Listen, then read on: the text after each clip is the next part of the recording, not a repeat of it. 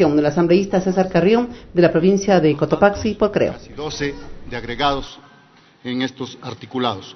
Recordemos que recién en el 2014 se elaboró este nobilísimo Código Integral Penal.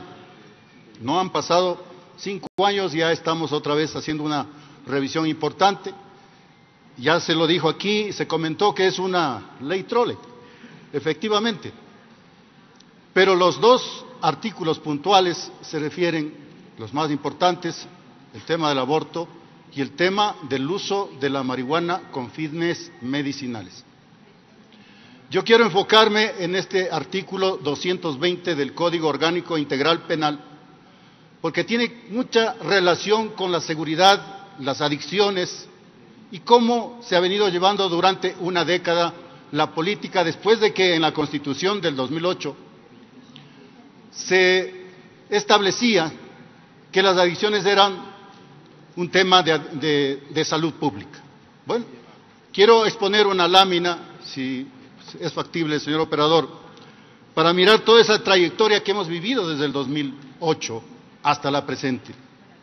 Realmente sí causa asombro, sí causa impacto, cómo entre las reformas, las políticas públicas, nos hemos equivocado. Todos somos responsables del tema de las drogas, pero no hemos dado soluciones afines para disminuir siquiera el número de adictos, de aquellos que necesitan rehabilitarse. Por el contrario. Y aquí podemos empezar, si queremos tomar una referencia desde el caso Angostura, cuando las FARC, Fuerzas Armadas Revolucionarias de Colombia, narcoterroristas colombianos, estuvieron a las anchas en nuestro país, a lo largo y ancho del territorio ecuatoriano. Aquí se detuvo al famoso financiero, ustedes recordarán a Simón Trinidad. Bueno, y murió Raúl Reyes en el caso Angostura, por una operación bélica con el Estado de Colombia. Y no se investigaron a profundidad, se diluyeron todas las conexiones que tenía con el Estado ecuatoriano, con ciertos políticos de aquella época. Y luego, simultáneamente, la propia constituyente, en la Asamblea Constituyente, se indultó a aquellos que tenían cualquier cantidad de droga, hasta 2 kilos. Es decir, pobrecitos. Con el dolor de otros, pero sin embargo se fueron más de 2.221. Luego, en el 2013, el Ministerio de Salud envía un documento al CONCEP para que elabore la tabla de consumo. Esta es la tabla de consumo que casi a los 5 años, desde el 2008 al 2013, se elabora por primera vez la tabla de consumo. Esa hay que entenderla bien. ¿Qué permitía la tabla de consumo? La tabla de consumo es muy extensa, podemos pasar a la siguiente diapositiva. Esa es la segunda, por favor. Esta es la tabla que hasta ahora no ha variado. 10 gramos puede poseer un consumidor. 10 gramos. Y ahí están los otros detalles. Retornamos a la primera lámina, por favor. Bueno, y en el 2014, en el COIP, realizan las escalas, pero se establecen las sanciones. No se habla ya de los consumidores, sino de los umbrales de penalización, pero ponen ese símbolo, mayor de 0 a 300 gramos, casi 1 libra, ¿no? Para la sanción, no estoy hablando de posesión para el consumo. Pero ahí existe una discrecionalidad para el juez, que no sabe cómo aplicarla efectivamente. Luego tenemos en el 2015 que se elabora una ley, la Ley Orgánica de Prevención Integral de Fomento Socioeconómico de las Drogas y Regulación y Control del Uso de las Sustancias Catalogadas sujetas de fiscalización. Y reforman el COIP y se incrementa la pena de la escala mínima de 1 a 3 años.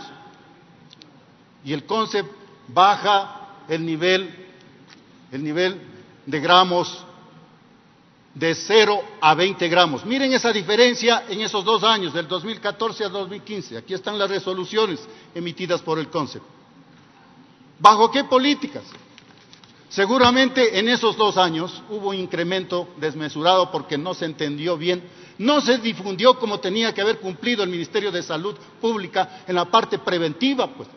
Informen correctamente. 5 años tuvo que pasar, desde el 2008 hasta el 2015, mucho más. Y luego tenemos en el 2016 una resolución de la Secretaría. En el 2015 se crea también la Secretaría Técnica de Prevención de Drogas en reemplazo del CONCEP y pasa a depender de la Presidencia mediante una resolución 016, la Secretaría Técnica de Prevención de Drogas. Pero sin embargo, esta resolución también se lava las manos y envía responsabilidades al Ministerio de Salud y aquellos medicamentos veterinarios a Agrocalidad.